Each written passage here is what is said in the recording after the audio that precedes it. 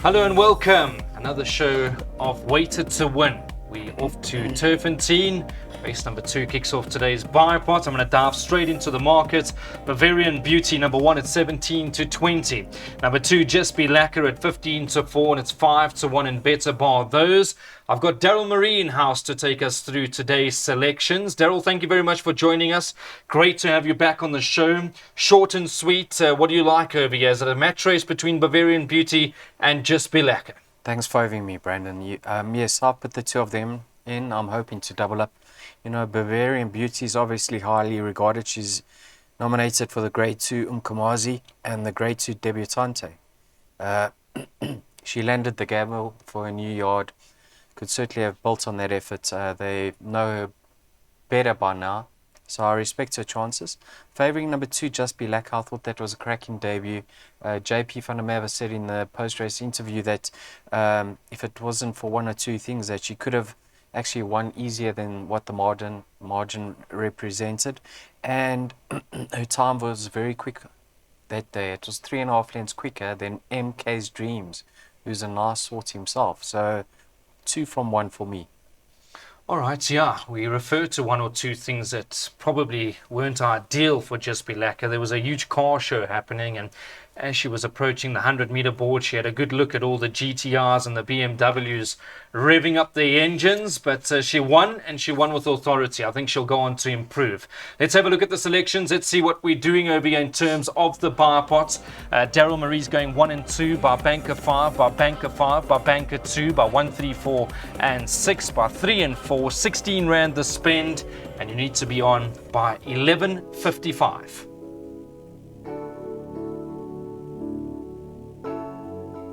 Let's have a look at the first leg of today's place accumulator. It starts 9, race number 3, back in business number 1, 19 to 10, 5 Southern Skies 5 to 2, the 3 Pontiac at 3 to 1, and it's 4 to 1 about Power Broker. You're getting 15 to 1 in better bar those. Daryl, competitive race, back in business. Great to have him back in racing. Southern Skies, a horse that I know you've got big respect for, and then I thought Power Broker was a good run last time out when running second. Yeah, interesting. Well, I am interested to see how Joey's horses go today, because the 3 that ran over the weekend ran below par. I know you could put a line through, who was it? Yeah, I mean, Caliber Crest's run, because pulling. he was overdoing it. He was pulling terribly. But the other 2, or sort of Mercy, the meeting prior to that, also ran below par, and he's obviously been in hospital, or was in hospital having a knee operation. But this horse is a lovely horse in the making. I think he is going to win his races. I've gone with a handicap over here. Best weighted is Southern Skies, 19 pounds or 9.5 kilograms best in. You can't read too much into that, because back to basics or back in business is unexposed and certainly ahead of the handicapper. But I think Southern Skies' 2 best runs over the course in distance have been her best. I mean, she trotted up on debut, and then she ran in the Swallow Stakes. She's extremely well weighted, and I expect her to at least run in the top 2, so I bankered her. Let's have a look at those selections, being the first leg of the place accumulator. Daryl Marie, as I've said time and time again, he's known as the PA King. He's gone banker 5, by banker 5, by banker 2, by 1, 3, 4, and 6, by 3 and 4, by 2, 4, and 6, by 5 and 8, and the spend's 48 Rand. The race goes off at 12:25.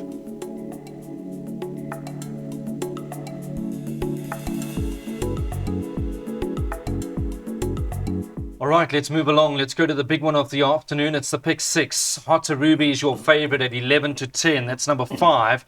Smugger Kamalo's been booked to ride for Sean Terry. Number 4 for Shimi Inari's at 18 to 10. 11 to 2, number 7, No Place Like Home, and it's 8 to 1 and better bar those. Daryl, short and sweet. I'd imagine you're big on this horse, Hotter Ruby. I am. I think Sean Terry's nice. Said, you know what, this horse deserves to exit the maiden ranks now. Let's put Samanga on. Let's get the job done.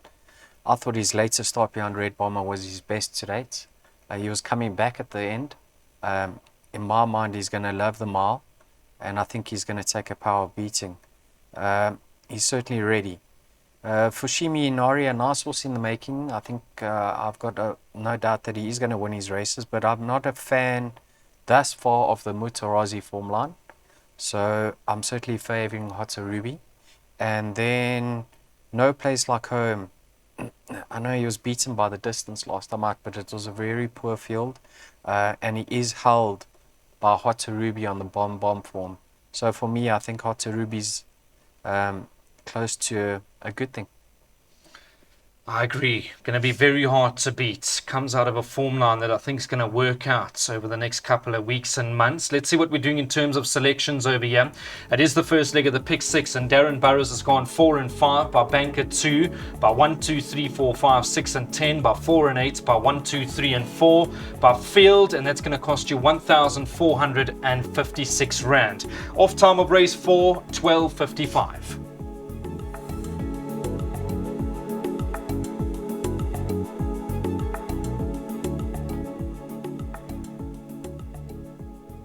Let's go on to race number 5. The first jackpot starts now, and I think we've got another banker. Short and sweet. I think this horse Royal Guard's going to take a power beating the 4-year-old Bay Colt. Gavin Larina's been booked to ride for Alec Laird, and yeah, I mean, it's a horse that I've been following very closely, and I mean, his last run was super impressive. Daryl, just quickly, if you can tell us a bit more about Royal Guard. I've said short and sweet because we're both shocked at the price, 13 to 10, and I have no doubt after this show's done and dusted, once you've been able to get on and get everybody else involved, we're looking at closer to 4 to 10. Yeah, this horse is going to start in the red, Brandon. You know, he's going to win his races. Off a 76, one has to believe that he's slung in over here because he's way better than that mark. Last time out, they absolutely crawled up the hill, and Gavin found himself in trouble because they were walking in front of him. I think that was his undoing. I really can't see him getting beaten, and I think it's a steal. 13 to 10 is a gift. On paper, you know, if you open the book and it says 0 from 4, but take note, he finished second. The third, the fourth, and the fifth horses, although they never won their next start, they all placed. So I'm not concerned about that whatsoever. You know, Clyde loves to say, oh, but there's no winners, this, that, and the other. This is better than his rating. Well, he's better than his rating, and I expect him to win. So yes, 13 to 10 a gift. Nothing more to add. Just quickly, we're going to wrap this up now. What does Clyde look for? Sweat? Sweat in the TZ, he says. I don't know what that exactly means. Do you know? Okay. Well, we won't say what our producer said it is. And I mean, I'd imagine it sweats in between the hindquarters. Is that where it is? Yeah. All right. Well, you know, how can you read too much into that? I mean, you've got a horse cantering down to the start. He's been on his toes since parading in the parade ring.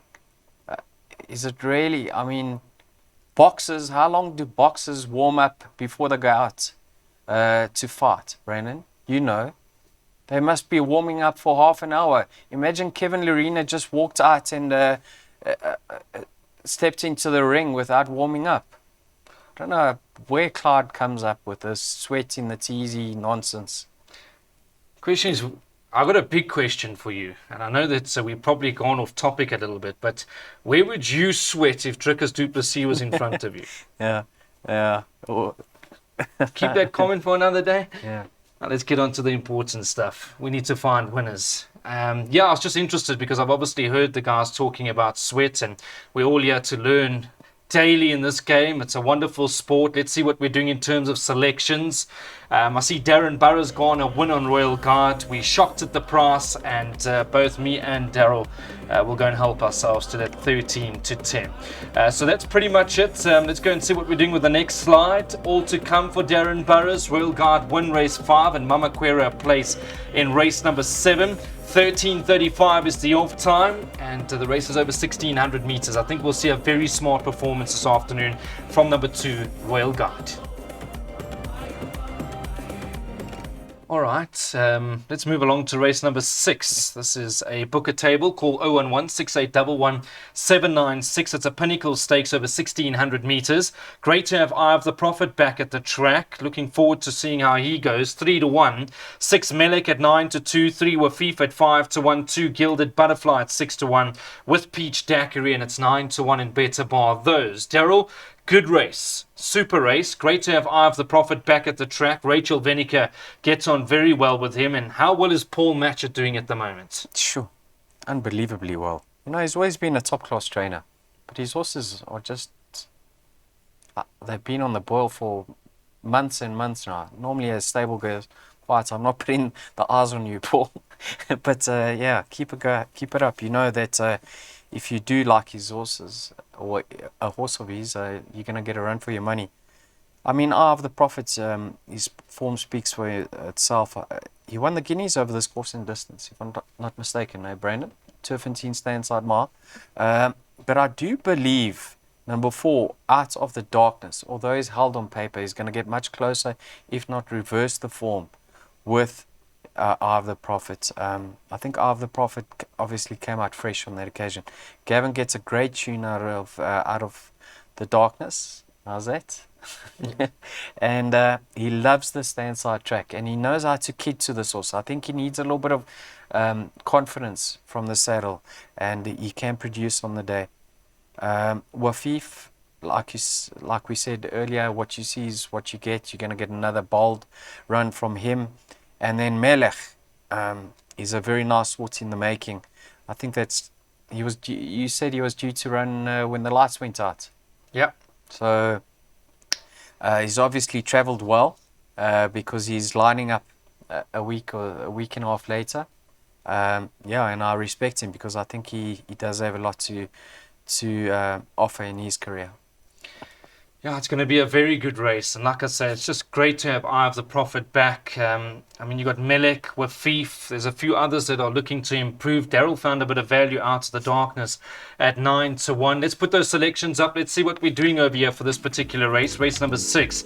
It is the start of Jackpot 2. And Daryl's gone 1, 3, 4, and 6 in leg 1, by 3 and 4, by 1, 2, 3, 4, 5, 6, and 7, by 1, 2, 5, and 8. 224 Rand is the spend. 2:15 is the off time.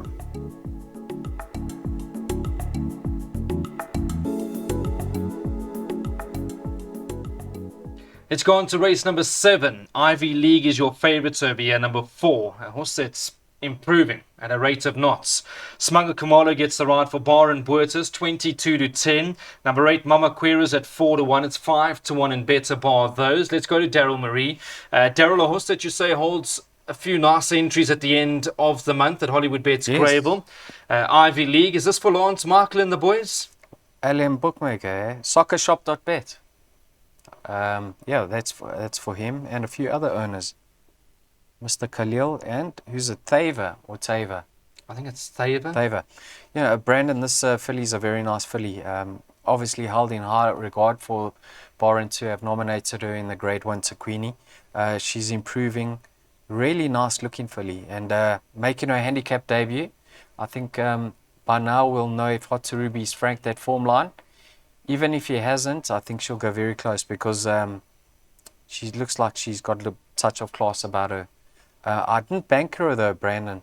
I backed her up with number 3, Fur Baby, willing to put a line through her later start. It was her second run after a rest and things went pear-shaped after the jump.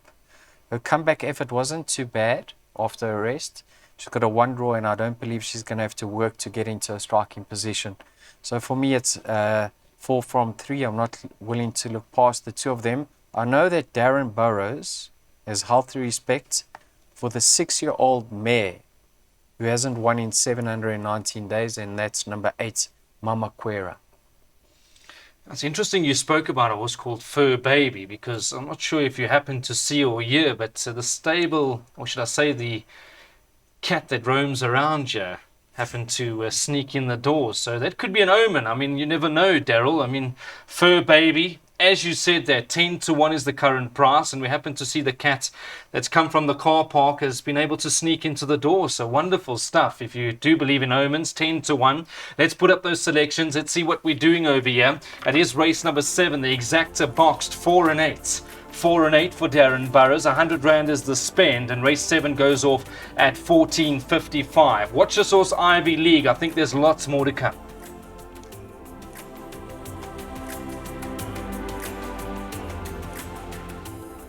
Let's go on to race number 8, where your favourite over here at 28 to 10 is In the Beginning. Smanga Kamalo rides for Joey Soma. In the silks of Darlin Chin Sammy, that's number 2. The 4, What a Honey at 15 to 4. 3, Silver Winter at 9 to 2. 7, Tayubas at 9 to 2. And it's 5 to 1 and better bar those. Daryl, In the Beginning, 28 to 10. Obviously a very smart horse, but like you say, you're obviously a bit concerned about how the yard goes, and we'll have to watch how some of the earlier horses run to kind of state our case over here. And then you got Silver Winter, who, if she gets cheap fractions up in front with Calvin Abib riding for Stevie Moffat, could be hard to peg back.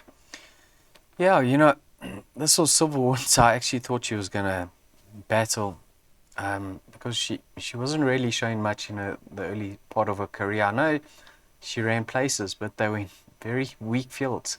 But she's done extremely well, and looks like she's not stopping here. Excuse me, Brandon. Like you say, let's see how Joey's horses go, because they did run a little bit below par over the weekend and the previous week. But we know this filly is going to give you a bold showing if she's fit in well over this course and distance. She's most effective over here. And What a Honey. Now, What a Honey interests me, because last time out we were very unlucky not to get the money, Brandon. We found her 12 to 1, and she just got produced a stride or two too late. No fault by Craig, but just too much work to do on a fast run track. I like the progress she's showing since returning from that rest, and I'm not put off by the fact that she picked up a 1.5 kilo penalty. I think she'll still be very competitive. Vivacious Vicky, trying her over the 11.60 now. She settled last time out, and I give her a chance of reversing that form with the Silver Winter. So I think this race is very, very competitive. I'm not sitting here bullish. I think it's a field event. Yeah, I agree with you, Daryl. It does look to be one of those races where, I mean, you're going to need a bit of luck as always. There's no doubt that you need luck with any form of life, not only just with punting and with horse racing, but we'll be hoping for the guys to make some money over here. Perhaps the guys can put up the slides just to show us what we like. Show the viewers what we like over here. Darren Burrows is going with In the Beginning. In the Beginning will be his win selection. He likes a bit of that horse. 28 to 10. Smanga Kamalo for Joey Soma. And we'll be hoping that In the Beginning can get it right this afternoon. So that's race number 8. The off time is 15:30. There's just one more to come. Don't go anywhere. Race number 9 goes off at 4:05. The lucky last, race number 9 at Turffontein. The next Turffontein race meeting will be Saturday, the 15th of July. It's a merit rated 68 handicap. It's over 1160 meters, and yeah, I mean, it's a very competitive race, and that's why I got a smile on my face, because these sort of races is where we make money. I'm going to give you the market quickly, and maybe Daryl can help us, because I know somebody very important has been on the line team already leading into this lucky last. 22 to 10, number 5, Tuscan Gold. Number 8, Dark Tide, 5 to 1. The one after hours, 11 to 2. And it's 8 to 1 and better bar those. Daryl, I smile because these are the races where you can help us, and there seems to be value to be had. Tuscan Gold, obviously the yard, we know these horses that come from the Western Cape, they always got to be respected. 22 to 10. Dark Tides at 5 to 1. And from what I understand, coming in hot. Perhaps you can tell us a bit more about that, and why you like that I'm individual. actually split between coming in hot and after hours, yeah. All feather the nest, I mean. Yeah, but Brandon, there's 4 more updates over here. We have to update the viewers. After hours, 2.5 lengths behind Flag Bearer. Dark Tide, 1.5 behind Back to Basics. Feather the Nest, 2 lengths behind Golden Sickle. And Gimme Royalty, 8 lengths behind What a Tiger. Let's see how this horse goes for his new yard. Brandon. Tuscan Gold, number 5. I mean, it's well documented that Tony is capable of making improvement with horses that have been in training from other yards. Let's see if he's supported in the market. Drawn 2, are you concerned about that? He does show early toe. Maybe he can just move over to the middle of the track. Let's see how he goes. After Hours coming in hot, all have to be respected. And Dark Tide, you know, he's in cracking form, and he's been finishing really close in his recent encounters, obviously off the right mark. Playing wider quartets, horses like Meet the Captain and Feather Nest have to be included. Yeah, but Brandon, at this stage, I'd say maybe Dark Tide each way, but healthy respect for Tuscan Gold making his debut for his new yard. Yeah, well, look, Dark Tide 5-1. Tuscan Gold's gone 22-10. And I actually want to go, before we go and have a look at these slides, I need to ask Daryl why he's been so busy on his phone, because it's not like him, obviously, when we're doing live recordings. But Daryl, you've been very active on your phone. Have you got the graft, or what's happened? No, I've just got a message saying that they've landed safely, and that Auntie B's looking forward to her bubble bath with a glass of wine. So, yeah. Auntie B, is that Auntie Bernice? Yes. Yeah, Bernice, she loves obviously a good punt, and she's been a big follower of Weighted to Win for a long time. We're very sad to lose her. And of course, Graham and the family, they've gone to America. And like I said, they were one of the biggest followers of Weighted to Win. They're going to have their restrictions and their problems trying to watch the shows live. Been a big fan of Daryl Marie. And yeah, I mean, we're going to miss them dearly. And we hope that they've traveled nicely. Let's go and see what we're doing in terms of selections. We'll pop up those selections. Let's go and see what the guys are doing. Daryl Marie, 1, 2, 5, and 8. Exacta boxed. 1, 2, 5, and 8. That's what he's tipped for the lucky last, race number 9. Again, a big thank you to everybody. Thanks to Daryl Marie. Thanks to Darren Burrows. It was unfortunate we couldn't have him on the show, but he was kind enough to send us all his selections. Of course, to Cameron and to Dylan, to Russia. A big team effort behind the scenes. Daryl, thank you very much. Always good to catch up with you. I'm hoping that you can get your breathing problems sorted, but I mean, let's hope we can make a bit of cash leading into the weekend. Yeah, all I can add to that is thanks to you, Brandon, for stepping in and helping us. Much appreciated. Always. The invoice will be in the post box a bit later on. Thank you very much, guys. Enjoy it. Thank you for joining us here on Weighted to Win. To the team and to all our viewers, we'll chat again soon. Bye-bye.